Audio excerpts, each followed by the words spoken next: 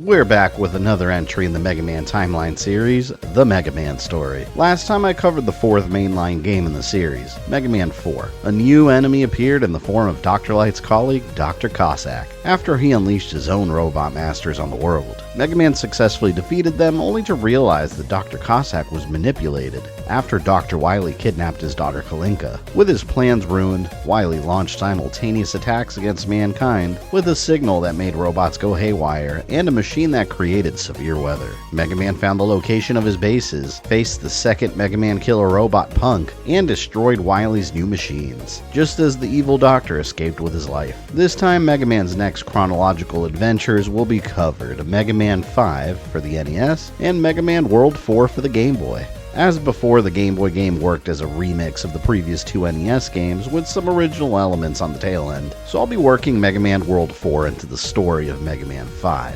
Why is Proto Man suddenly on the attack, and can Mega Man survive against the final Mega Man killer? Before we begin, I'd like to give a big shout out to my Patreon members. Your continued support keeps these videos coming, and if you'd like your name up here too, get access to exclusive sneak peeks, progress updates, and watch my videos before the rest of the world, go to patreon.com/GamerThumbTV or click the link in the description to get started. Without support from viewers like you, my content creation journey would simply not be possible. Thank you. And now the Mega Man story, Chapter 5. Attack of the Proto Army.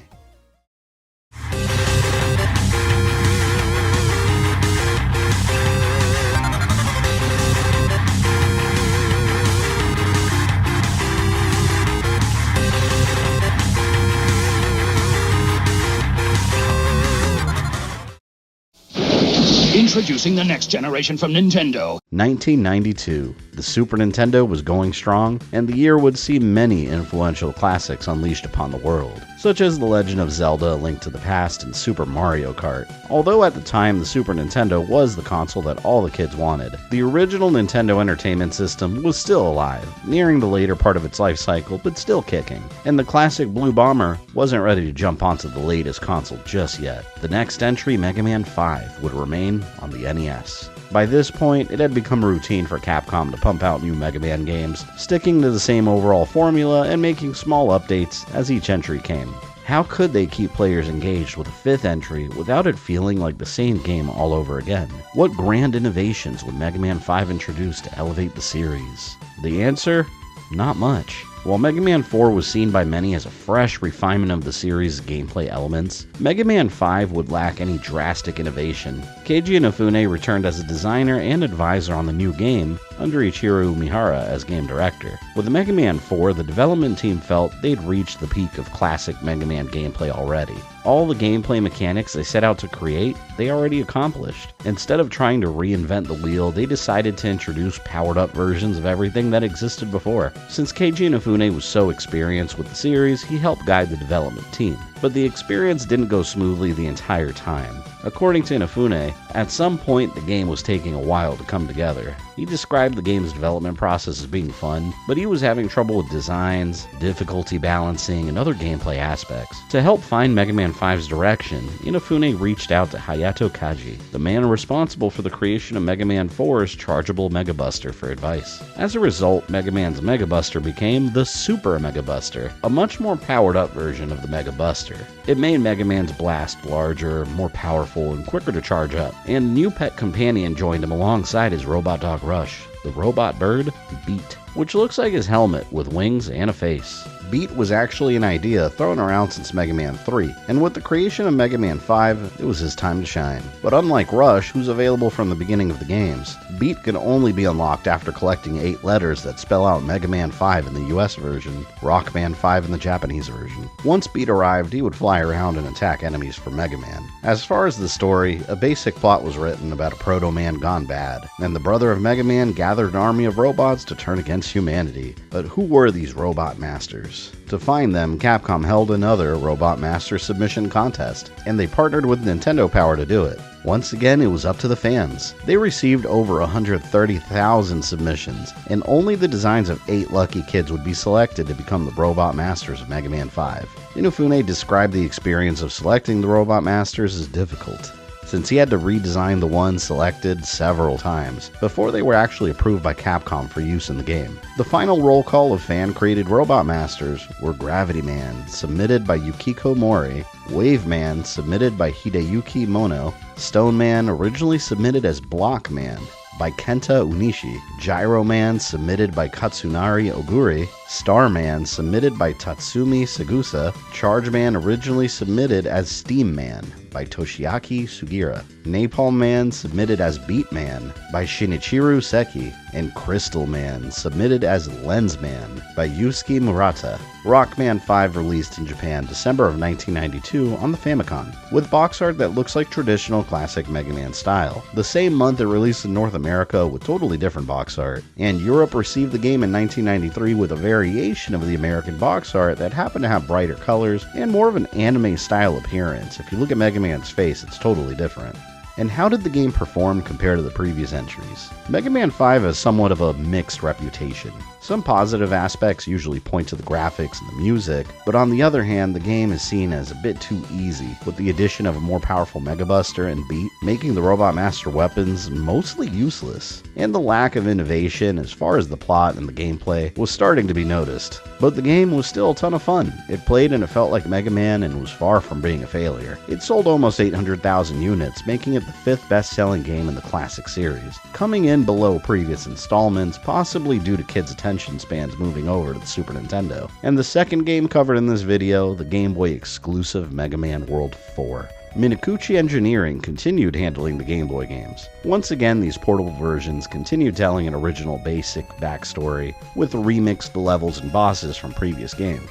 The levels and Robot Masters are remixed from the NES Mega Man 4 and Mega Man 5. Keiji Inafune returned to design his latest Mega Man killer, Ballade, the third in a line of special Robot Masters designed specifically for the purpose of destroying Mega Man. And much like Mega Man 5, Beat was included in the game. And it also introduced a new feature that would evolve in the future of the series. Mega Man can collect P-chips that act as a currency in Dr. Light's lab, where Mega Man can have Dr. Light create items for him, such as extra lives and energy tanks, other upgraded parts. Mega Man World 4 released in October 1993 in Japan, and in North America December that same year. Reviews pointed out how much the Game Boy games constantly got better entry after entry. Mega Man World 4 pushed the limits of the Game Boy in terms of graphics and gameplay, creating a game that supplied long, challenging levels that felt similar to a console game experience. And those are the two games we'll be covering today in the Mega Man story, Part 5. Attack of the Proto Army. Why did Proto Man suddenly go bad after helping out in Mega Man 4? And what role will Dr. Wily's dangerous new robot play in Mega Man World 4?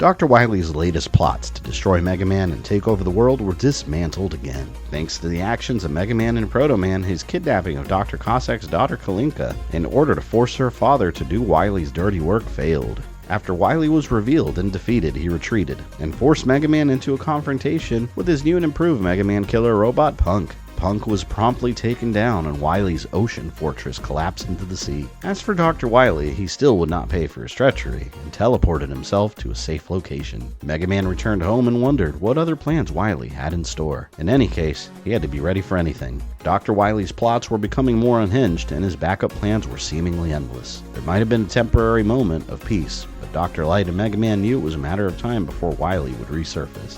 Rock's previous role as a housekeeping robot seemed like a lifetime ago, and he needed to continuously improve and upgrade to keep up with Dr. Wily's creations. Dr. Cossack was forever grateful for Proto Man and Mega Man. Were it not for them, his daughter would have still been being held by Dr. Wily, and his name would have been smeared permanently. In return, he collaborated regularly with Dr. Light on new ideas for Mega Man's mission to protect humanity. With Cossack's help, Dr. Light developed a new weapon for Mega Man, the Super Mega Buster. It looked like his normal arm cannon, but held much more power at a full charge. Dr. Light and Mega Man both wished such destructive power wasn't necessary, but the dangers Wily presented were too great. Once the Super Mega Buster was successfully installed, Dr. Cossack called Light's lab and invited them to come over for a surprise. While Dr. Light finished the Super Mega Buster, Dr. Cossack had been working on a project of his own and gifted it to Mega Man. It was a new pet and ally, the bird-type combat support robot Beat. Mega Man and Beat took an instant liking to each other, and Beat fit right into the Mega Man family. After receiving Beat, Kalinka appeared and thanked Mega Man again for everything he did, and her thoughts turned to Proto Man. After all, he sought her out and rescued her while Mega Man fought against Wily's robot masters. She wondered if Proto Man was okay, but Mega Man hadn't heard from his brother since he rescued Kalinka. He just left and went off on his own again, as he was used to doing since he left home. Suddenly, Dr. Light called out to Mega Man with an emergency. The city was under attack. Had Wily struck again?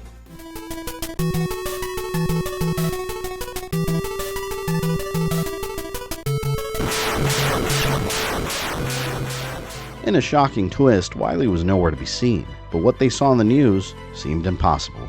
It was Proto Man leading 8 robot masters and their machines into battle, destroying everything in their path. It made no sense. Proto Man had turned against Wily, saved Mega Man, saved Kalinka, yet there he was. There was no time to waste as Mega Man rushed home to prepare to confront his brother. But Proto Man made his way to Light Labs and arrived before Mega Man. Dr. Light was grabbed by Proto Man and teleported away to an unknown location. Inside, Mega Man discovered that he'd also attacked Roll, something completely out of character for Proto Man to do. But there was no time to ponder on his reasoning behind the attacks. Luckily, Roll's damages were only minor, and she revealed that she overheard Proto Man talking about a nearby weapons factory. Mega Man suited up with his helmet and rushed to the weapons factory to save Dr. Light. On the way, he was attacked from behind by a mysterious assailant, an obvious ploy to keep him distracted from rescuing Dr. Light. But he needed answers and chased him into the city's water treatment plant. The door shut behind the attacker, and it was sealed tightly. Normally, Mega Man would have had to find an alternate way in, but thanks to Dr. Cossack's designs, Mega Man charged up and easily tore through the door, revealing that the mystery attacker had made the water treatment plant his base.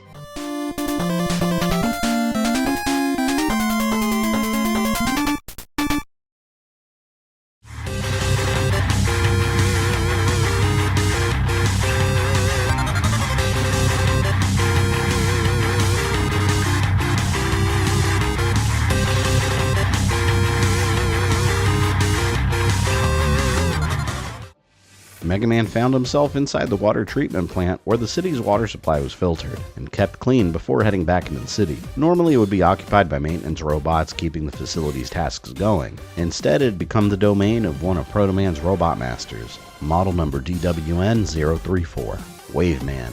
Proto Man had seemingly determined that the first step in taking control of the world would be to claim dominion over its water supply, and sent Wave Man to do it. Wave Man was an overly emotional robot master prone to fits of rage and unprovoked attacks. He was considered by the others to be strictly antisocial and was passionate about clean water. Even the thought of toxic waste was enough to set him off. Wave Man secured the base with tachyons, iron ball mechanisms equipped with anti-gravity devices, small gyro gears to interrupt Mega Man's movements, and Rider Joes, a variant of Sniper Joe trained to ride marine vehicles. V-cones that acted as robot buoys were placed to delay Mega Man's traversal across water, and the built-in radars warned Wave Man of his impending arrival.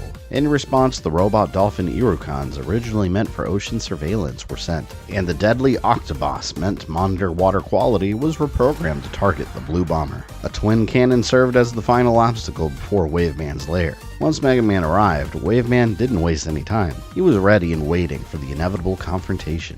He was armed with the ability to create pressurized water columns that could deflect shots from the Mega Buster easily. They also created visual distractions that Wave Man used to target Mega Man and fire sharp harpoons from his arm cannon.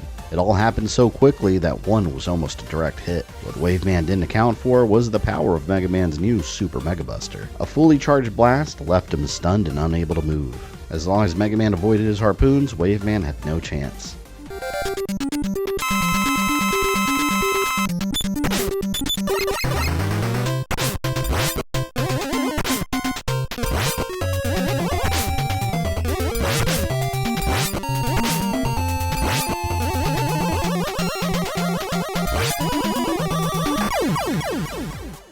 The power of the Super Mega Buster was too much for Wave Man to handle. With one final blast, Wave Man exploded into a million pieces. Mega Man always preferred to damage his enemies and have them repaired, but in the past, Wily had made them so aggressive it was usually impossible. It seems Proto Man had done the same. With Wave Man's destruction, Mega Man absorbed his water wave ability. After leaving the water treatment facility, Mega Man deduced that Proto Man's robot masters would have also taken over the nearby weapons facility to secure dominance in the region. He knew the front entrance would be heavily protected, so he took a side path from the outside, where the Sumatran tiger robots designed to destroy intruders watched closely, and were easily dispatched by Mega Man. Mega Man jumped into a hidden vent into the weapons facility, where an alarm sounded announcing his arrival, and Udons armed with homing missiles in their chest were deployed to handle him.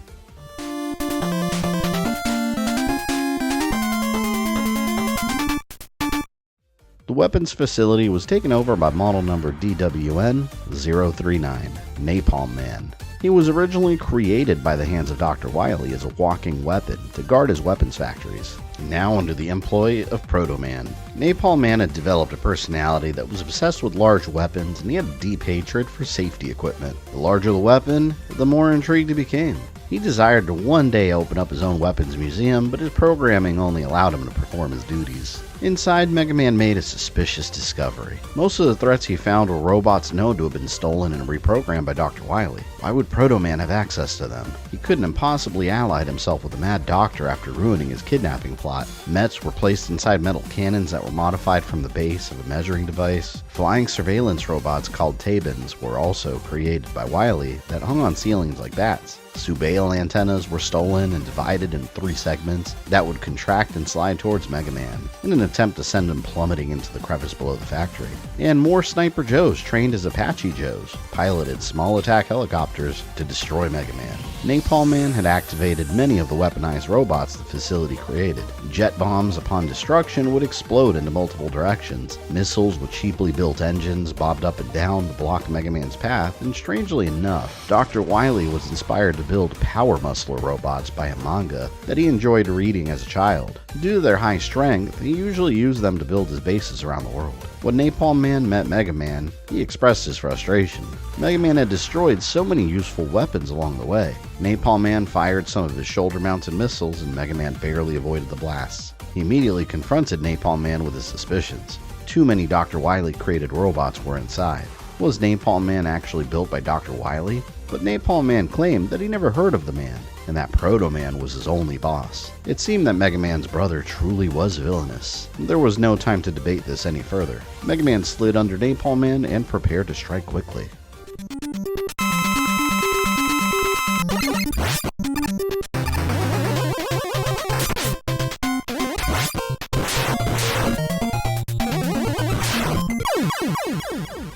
Once Mega Man's attack was over, Napalm Man's pieces littered the floor. The explosives within his own body made him vulnerable, and the Super Mega Buster set them off. As Mega Man looked around, he took in the scale of the weapons being built in the facility, and decided that it was impossible to have peace with so many weapons out there. The entire facility had to go. Before leaving, he absorbed Napalm Man's napalm bombs from his remains. Then he set off a chain reaction that destroyed any hope of continuing weapon manufacturing at the facility. He had no idea where the other robot masters were hiding yet, but he was determined to solve why Proto Man decided to attack. He returned to Dr. Cossack, who was helping him track down Dr. Light's location, and Kalinka came in with a letter that was dropped off at their door. It was from a Charge Man. The letter invited Mega Man to a tourist attraction, the aerial park known as the Sky Gardens. Dr. Cossack believed it was an obvious trap, yet it was their only lead. Kalinka theorized that Proto Man had actually sent it to reveal the Robot Master's location. She refused to believe the robot who saved her was causing all this chaos. Mega Man rushed to the local train station to hitch a ride to the Sky Gardens, hoping to get there quietly without being noticed. He wasn't the first robot to arrive at the station, however. Inside, he noticed that the trains were filled with weapons and gunpowder set to arrive at the Sky Gardens. Whoever placed them there made sure that there were enough explosives to level the entire park. The culprit was clearly still there since the job was unfinished. The one responsible was model number DWN-038, Charge Man.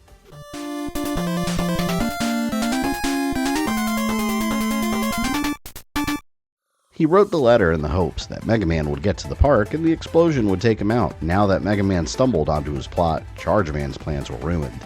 The Robot Master was another one built by Wily, using an energy reactor that ran on fuel and water due to Wily's funds running low at the time. It made his body require a train-like chassis, and Chargeman knew that he was built cheaply, and it made him prone to outbursts and arguing among the other Robot Masters, often inflating stories of his experiences to make himself look better, and he had unreasonable dislike of signs with letters on them. Chargeman was unaware that Mega Man was in his train station, and much of the defenses found inside were basic worker robots armed with weapons. Metal K-1000s were simply Mets that drove freight-carrying vehicles around in order to move heavy equipment. Flying Rembacoons armed themselves with some of the bombs meant to destroy the Sky Gardens in order to stop Mega Man.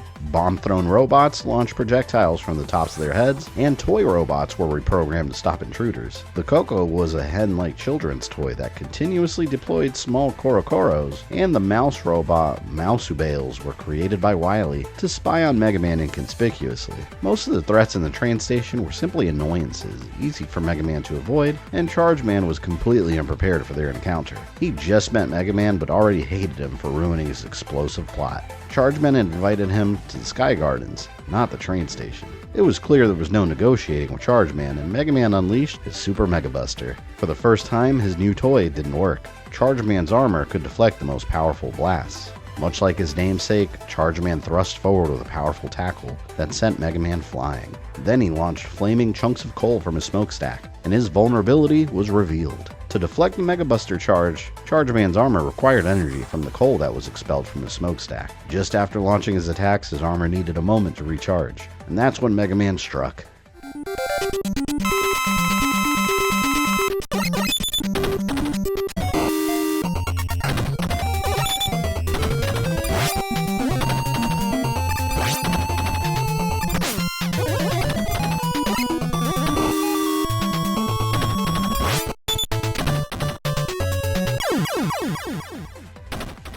Mega Man chose his shots carefully and unleashed the Super Mega Buster. Chargeman simply couldn't get the timing correctly quick enough to deflect the shots and paid the price. Mega Man absorbed Chargeman's charge kick and continued traveling to the Sky Gardens via the train station.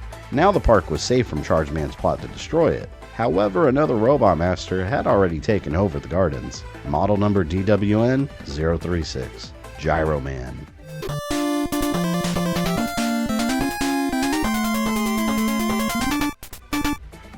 Another robot originally constructed by Dr. Wily. Gyro Man was a result of Wily's experiments with jet propulsion technology. He deemed it too expensive, so instead he built Gyro Man using cheaper propellers. And in order to further gain more funding, he secretly implanted Gyro Man into the Sky Garden's array of robot workers. Gyro Man worked at the entrance collecting fees from guests and secretly was funneling the money to Dr. Wily. He was a cocky robot master that looked down on others, loved toys that used propellers, and came to hate jet engines. Now under Proto Man's leadership, Gyro Man made the Sky Gardens his own.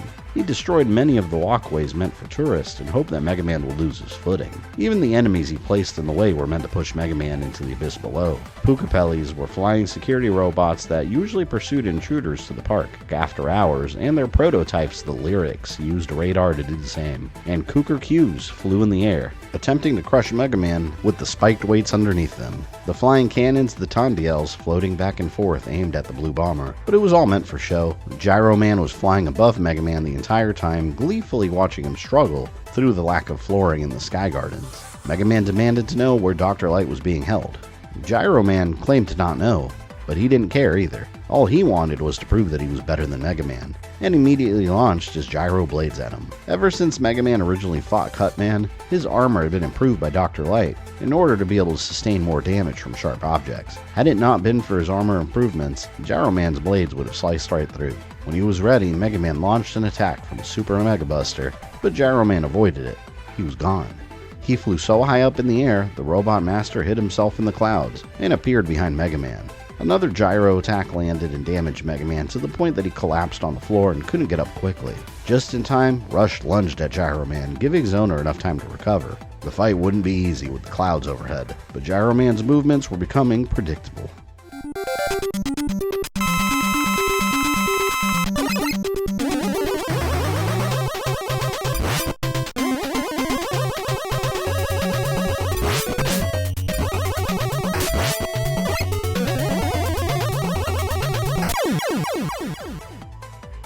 Gyro Man was battered by the Super Mega Buster, now missing an arm and leg. The fight was over, and Mega Man had no desire to finish a wounded foe, and he put his Buster away. Gyro Man remained functional, but damaged, and he collapsed before Mega Man absorbed his gyro attack as his own.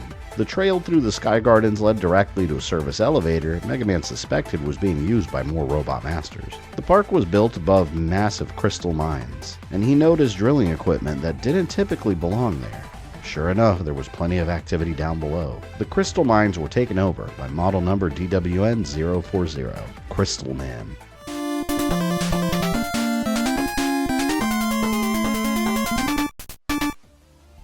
He was created by Dr. Wily using raw crystal ore as another plot to gain fortune. Crystal Man had the ability to create artificial crystals that Wily then sold. Crystal Man now used those same abilities to create offensive weapons under Proto Man's leadership, and sometimes manufactured his own crystal balls that he used for fortune telling. Mega Man found a vast complex in the crystal mines, filled with mining equipment. Crystal Joes modified from the Sniper Joes could create crystal shards that could charge up and fire at Mega Man. Fujin cleaning robots cleaned up the debris left behind by all the mining equipment, and were also modified to attack with pieces of the garbage collected. Cannons drove at high speed to transport materials back and forth, while new shield attackers attempted to block Mega Man's advances. And bombers dropped bombs on him, instead of their original purpose of transporting sediment collected from the mines. Crystal Man was impressed by what he saw in Mega Man. All the rumors of his incredible skills were true. Crystal Man began the battle by launching his Crystal Eye attack. Unexpectedly, the attack divided into multiple balls and hit the Blue Bomber. In the end, Crystal Man would be one of the least threatening Robot Masters. The gyro attack gained from Gyro Man could easily cut through his crystal armor.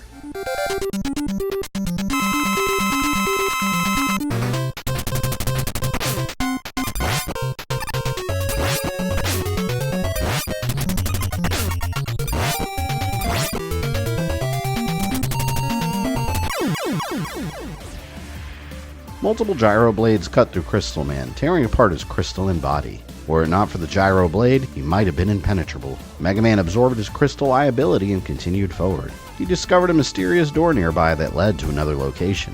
The crystal mines were dug so deep that they connected to the other side of a secret anti-gravity research complex. It was attacked and taken over by model number DWN-033, Gravity Man.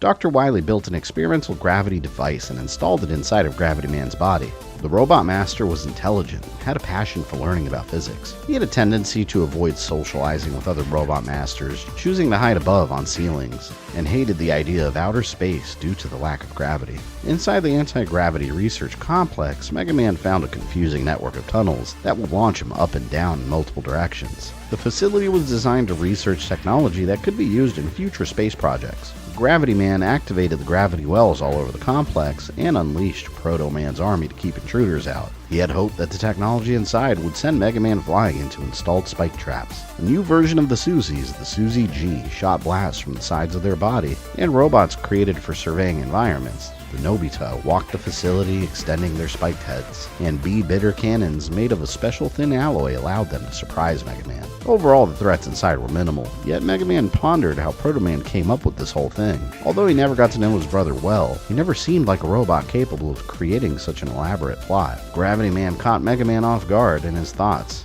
and changed the gravity in the room. Mega Man was thrust upside down onto the ceiling while Gravity Man had free movement. The Robot Master was fairly weak, only armed with a basic Buster Cannon, since the gravity device inside of him needed so much power to operate properly. If he could keep Mega Man directionally confused, perhaps he could damage him enough to finally destroy him.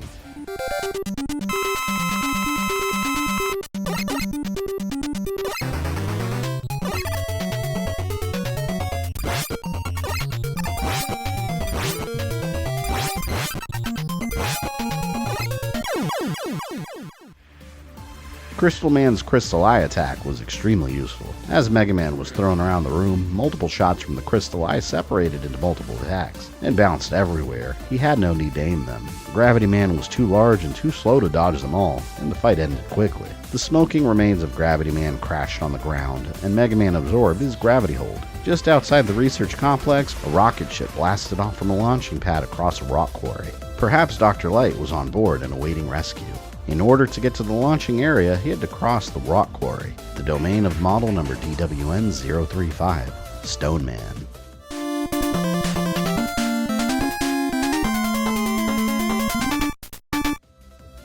Stone Man was originally created by Dr. Wily to assist Gyro Man in his operations. Gyro Man infiltrated the Sky Gardens, and Stone Man would monitor for any threats of discovery from the mountains. He was a stubborn robot master with a strong willpower, and he enjoyed sipping on oil while going for walks. Mega Man made his way to the launch pad through the rocky caves of the quarry and confronted several Mets, the metal mommies that exploded into multiple smaller Mets. Rock-thrown robots launched boulders at him, taking a break from their construction work, and Herarian crab mines meant for rock wall demolition attempted to attach themselves to Mega Man.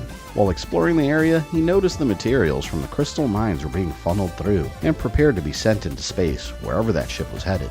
Just then, Stone Man appeared. Mega Man had seen too much, and Stone Man could not let him pass. He launched several heavy rocks and hit Mega Man directly. The blow was unexpectedly powerful and sent the blue bomber tumbling back. Stone Man was heavy, and one stomp at full speed would be enough to crush Mega Man's armor under his feet. He barely moved out of the way in time and realized that his Super Mega Buster wouldn't work on Stone Man's heavy armor. Another solution had to be found quickly.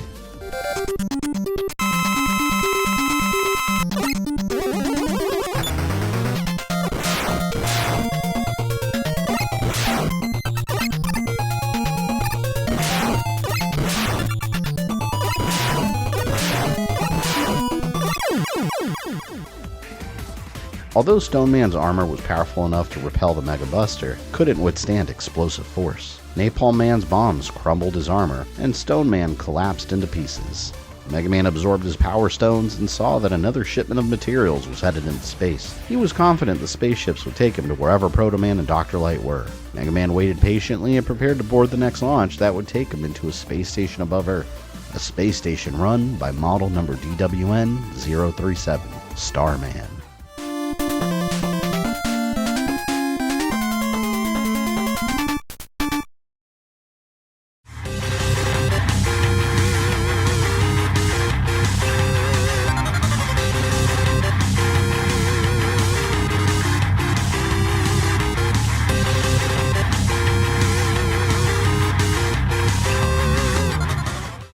Above the Earth, Starman waited for the next shipment of ore from the crystal mines to arrive. He believed that once the ore arrived, and Proto Man used it to build powerful weapons, world domination would finally be achieved. Out of nowhere, Mega Man burst out from a panel below him. The Blue Bomber had hitched a ride, and he was determined to stop whatever was happening in space. In a panic, Starman ran. He wasn't prepared for a full-scale battle with Mega Man. He was usually responsible for overseeing the construction of Wily's secret bases. Under Proto Man, he was responsible for monitoring the space station above Earth. He spent much time alone in space and developed a love for opera and romantic stories, even giving himself the nickname the Splendid Noble Youth. He loved shiny things like stars and dreamed of traveling the galaxy with a partner. While Mega Man was in pursuit, he activated all the defenses the station had left. Experimental gravity machines pulled in nearby asteroids in an effort to destroy Mega Man. Bounder robots bounced up and down hoping to delay him, but Mega Man had help. Thanks to Dr. Cossack's gift of the robot bird B, enemies would fall without Mega Man lifting a finger. Toss machines used for baseball were installed to throw projectiles. Space metals equipped with jetpacks traveled the station, reporting back on the Blue Bomber's progress. And a massive scout walker was designed by Wily to shoot lasers in multiple directions. When Mega Man found Starman, he demanded answers. Starman wasn't talking. He blasted his Star Crash attack and used his Star Barrier to protect himself from Mega Man's attacks. Starman was agile and quick and was able to easily maneuver around and pummel his body into him. The one chance Mega Man had to take him down was to make him lose his footing. Wave Man's Water Wave would ensure that he did just that.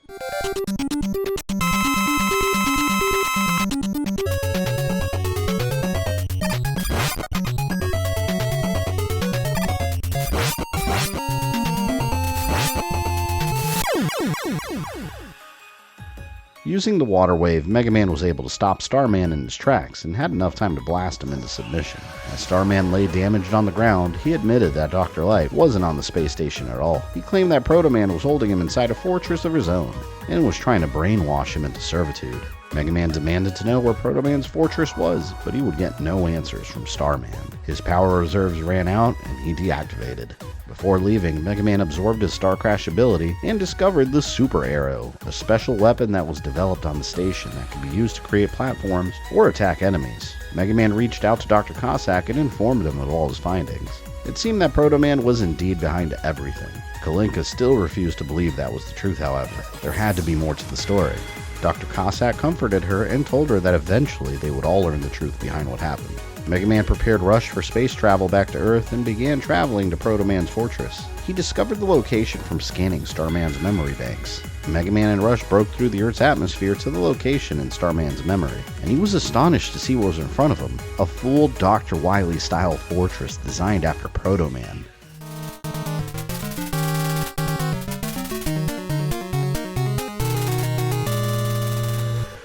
Mega Man rushed in and destroyed all the robots in his way. He would let nothing stop him in his quest to rescue Dr. Light and stop Proto Man, even if he had to destroy his brother to do it. Instead of finding Proto Man ready and waiting, he found a new strange threat.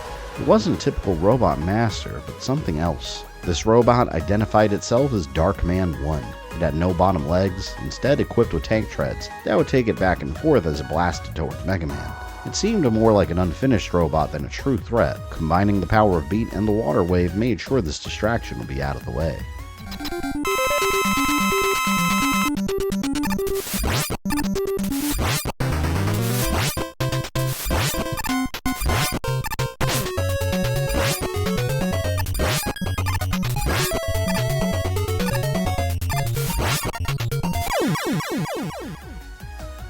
Dark Man 1 was defeated, and Mega Man wondered if there were more. His thoughts were proven correct soon enough. In a close-by corridor, a similar but more complete version of Dark Man presented itself. This one identified itself as Dark Man 2.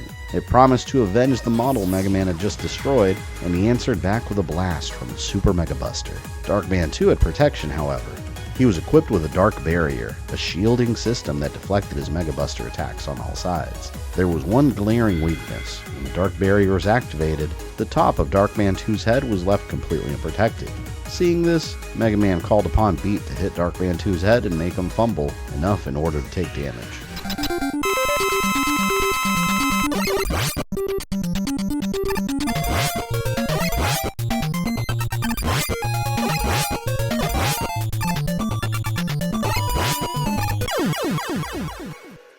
How many of these dark men could there be? Mega Man hadn't made his way through half the fortress and already encountered two of them. The next one was bound to be even stronger. And sure enough, there was a third, Dark Man 3. The robot was equipped with a powerful arm cannon and ring bullets that fired from its chest that could freeze Mega Man's movements on contact. Dark Man 3 jumped high into the air and fired on Mega Man below. In order to stop him, Mega Man had to disable his ring bullets and unleashed Gyro Man's gyros. They spun quickly, deeply into Dark Man 3's chest, enough to weaken the ring bullet's attack. Now it was time for Beat to assist once again.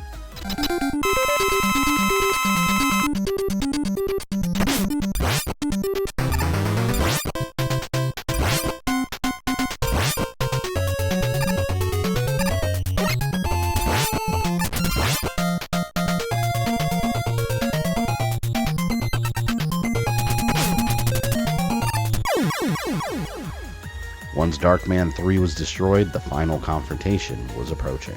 In the last room near the top of the fortress, Mega Man finally found Proto Man patiently waiting. But something was off, but he looked like Proto Man and spoke like him.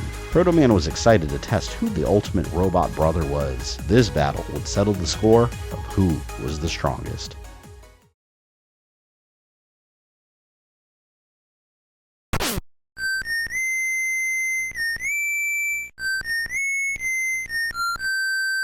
But then a familiar sound entered the room. It was another Proto Man. Mega Man stood back in confusion as the two Proto Men looked at each other. The one that just attacked him with an alarmed expression, and the one that entered the room calm and collected. The new Proto Man warned Mega Man to get out of the way, and he fired at the other one. When the first Proto Man was hit, the truth was revealed.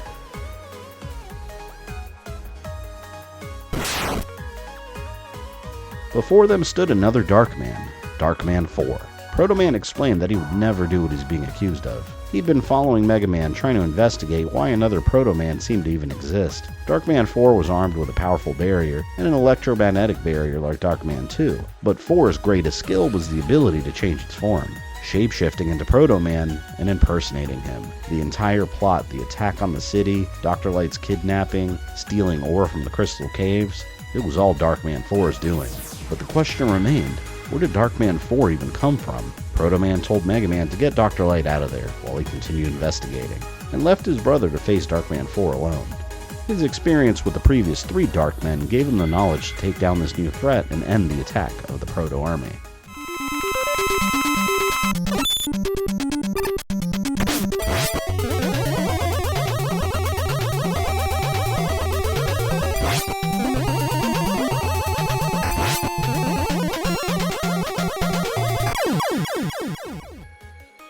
Darkman 4 was destroyed. Suddenly the room went dark and a familiar vehicle appeared. Dr. Wily's UFO. It was all his plan.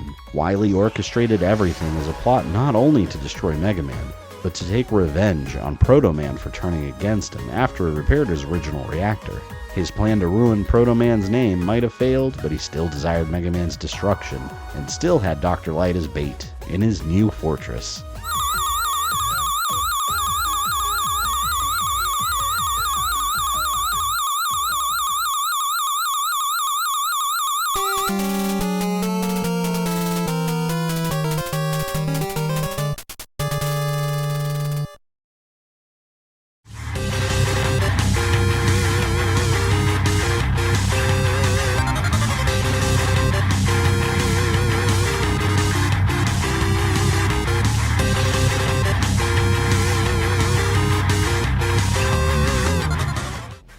Mega Man flew Rush after Dr. Wily's UFO and found the new fortress. Yet again, another massive construction that must have been being built during one of Wily's previous plots. Mega Man couldn't help but wonder what Wily was already planning next. Wily had the fortress outfitted with his usual distractions and traps, including cheaply made inferior copies of the Robot Masters that Mega Man had just faced. Mega Man was able to make quick work of them, but on the way to save Dr. Light, he had to confront some of Wily's largest war machines. The Mad Doctor had been quite busy. The first war machine Dr. Wily had in store was yet another stolen product.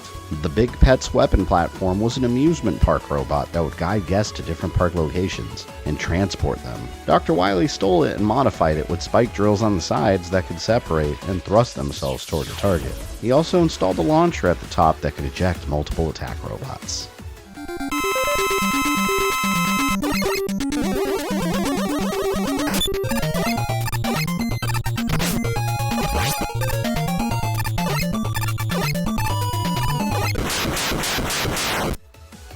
With enough blasts to the top head segment, Mega Man was able to destroy the entire structure in a chained explosion. The rest of Wily's fortress held many upgraded models of other robots he'd stolen and modified into war machines. The Cirque Ring Q9 was another amusement park robot that was part of a ride mechanism. Mega Man blasted it with a charged shot, but the protective barrier surrounding it was impenetrable. It taunted Mega Man by telling him that what he had was a children's toy, not a real weapon, and it fired back with a barrage of explosives. Mega Man noticed that the moving barrier around the machine, given the right timing, left a hole exposed, a hole that a gyro blade attack could penetrate. He was able to successfully get one in, and the Q9 shielding failed. All Mega Man had to do now was shoot the inner core of the robot once the opening presented itself again.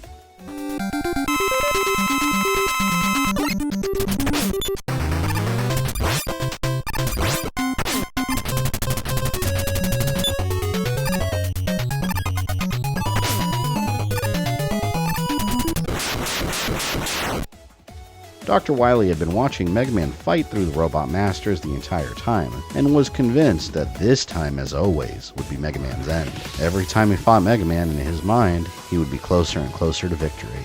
It was only a matter of time before he built a machine that could crush him effortlessly, and Wily unleashed his latest machine, the Wily Press. It was a floating ship that could move quickly and slam down with a mighty force. One fully powered blow was enough to damage Mega Man and slow him down. But much to Wily's shock, it wasn't enough to destroy him. The Wily Press was one of Wily's deadliest creations with no immediately obvious weakness. Mega Man could do nothing but run and hope it wouldn't crush him. His napalm bombs bounced off its hull, and Wily laughed with glee. This machine was made to be one of the most durable in the world. Mega Man struggled to escape its relentless attacks and reflected back on his brother's words. Proto Man left the fight for Mega Man to finish. It was up to him to rescue their father, Dr. Light. With Proto Man's request fresh in his mind, Mega Man stood up and decided to give the fight his all. He wouldn't lose here, and he would never surrender.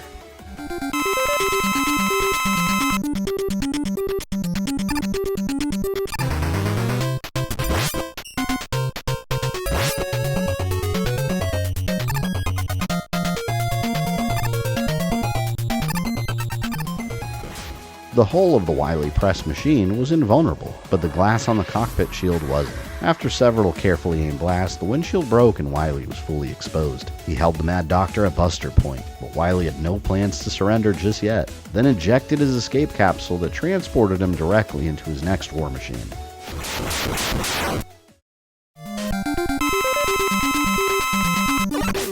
Wily Machine 5. It was fully armored and equipped with a powerful rebounding bullet cannon which fired at high speed and a small missile launcher. It also had a powerful vacuum that could suck Mega Man in, leaving him as a vulnerable target. Wily originally planned to have a more powerful secondary form with this vehicle, but due to an error in the wiring, never worked. The defect prevented the cannon from withdrawing within the armor of the vehicle, so it was completely exposed between firing. Mega Man launched a couple of his new super arrows and they became stuck inside the cannon's firing mechanism, compromising his firepower and filling the inner chamber with smoke. Wily could barely see his target, and this was the only chance Mega Man had to strike.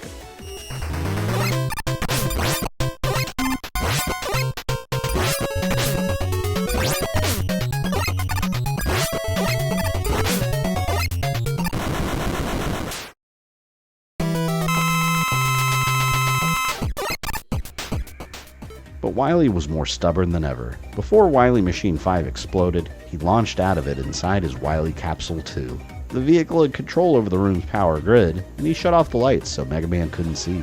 Mega Man, however, had his secret weapon ready to deploy. Beat was designed to seek out the energy signals of Mega Man's enemies. Even in the dark, Wily couldn't hide from Mega Man's new ally.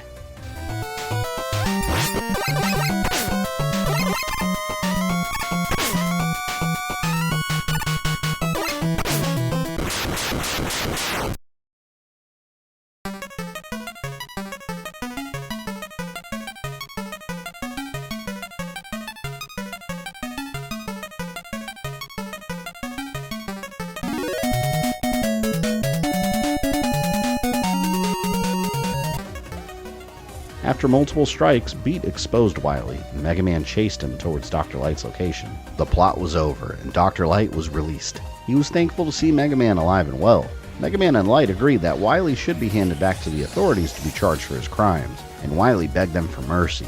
He swore that this time he would actually reform his evil ways. Mega Man knew better than to believe his obvious lies. Suddenly, the entire fortress began shaking. Wily forgot that he'd set up a self-destruct mechanism in case of his failure. Dr. Light yelled at Wily to stop the explosions from going off, but it was too late. The ceiling began collapsing and time was running short. Wily used the opportunity to escape from Mega Man's grasp. The Blue Bomber would focus on saving Dr. Light and leaving.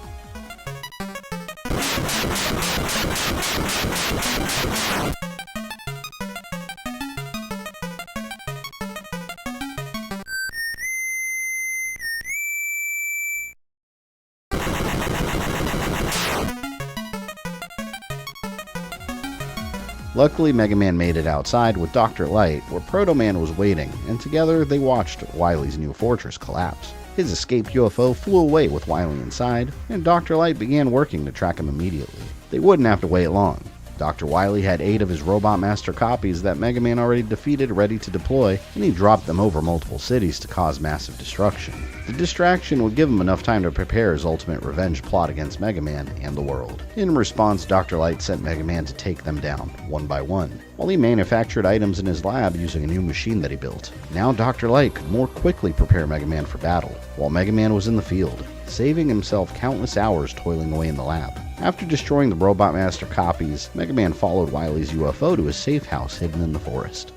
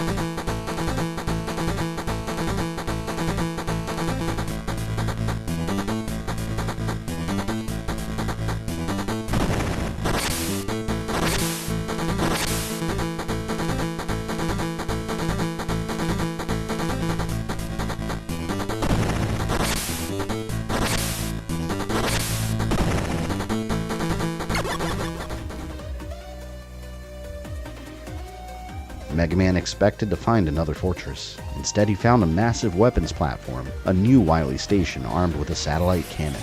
The satellite cannon, aside from being a weapon, also acted as a communication device between Wily's bases, and Dr. Light was able to hack the signal being beamed to another location. While he investigated the signal, Mega Man destroyed the satellite cannon and entered Wily Station. Dr. Wily was waiting inside, desperate to escape from Mega Man's pursuit. Mega Man chased him, only to run into Wily's latest specialized robot unit, the third and final Mega Man killer, model number MKN-003, Ballade.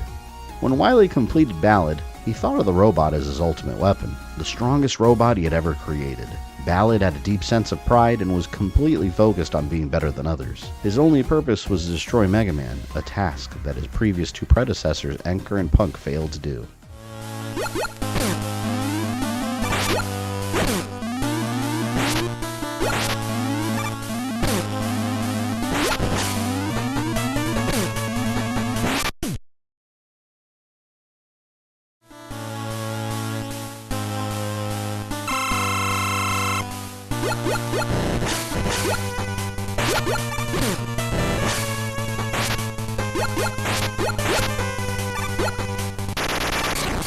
The battle was intense. Ballade was mighty, and even had a second, more powerful form. The second form was still not enough to take down Mega Man. Mega Man damaged him and absorbed his Ballade cracker. The Mega Man Killer series robots suffered their final and ultimate failure, and it was time for Mega Man to leave. Dr. Light tracked where the satellite cannon signal was beaming. Dr. Wily evacuated and was hiding in space. Before leaving, Mega Man ignited all the weapons remaining inside Wily Station, ensuring that it could never be used again.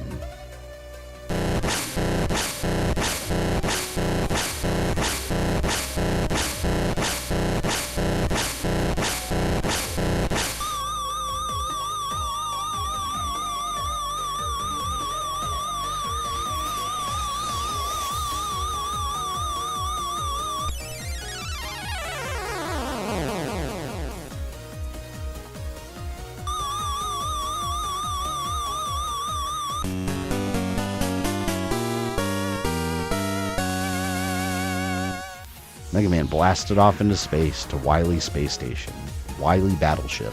This was the reason all the ore was being transported out of the crystal caves and taken to space. Wily had been using the ore to construct a powerful new weapon inside and prepared the ship's defenses with advanced armor and firepower. He was depending on Ballade to finish the job and keep Mega Man away from his space station. With Ballade's failure, he activated the ship's defense system connected to the bridge, which would prove to be a mild inconvenience, destroyed by a blast from the Super Mega Buster. Inside, he also encountered a modified version of the Suzy robots he'd fought multiple times before, the Hunter, which had the ability to multiply into smaller segments upon defeat, but eventually it couldn't divide itself anymore. Wily was ready to introduce Mega Man to his version of Dr. Light's Gamma project, powered by the ore mined inside the crystal mines, the Wily Robo Iron Golem. Unfortunately, Wily hadn't finished the project yet. He assumed it would take longer to be discovered, and it might have were it not for Proto Man's interference. The bottom half of the robot hadn't even begun construction yet, but Wily had no choice but to activate it.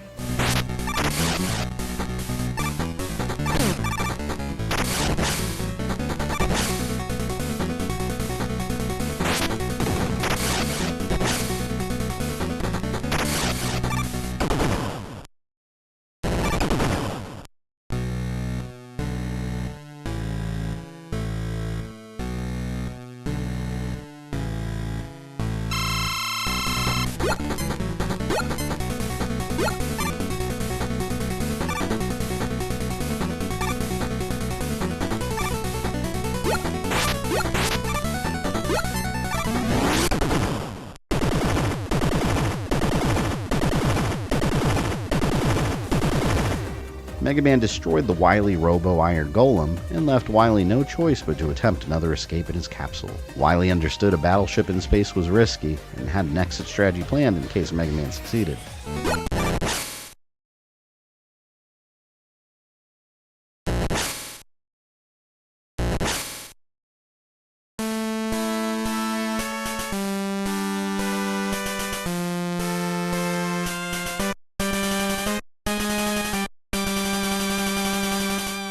He would activate an explosion while he removed himself from the area. As a result, Wily also sealed the nearest exit on his way out, ensuring that Mega Man would be trapped inside. He would either be destroyed in the explosion or be thrown out into the vacuum of space, never to be found again. The plan almost worked. Mega Man had no way out of the station until help arrived.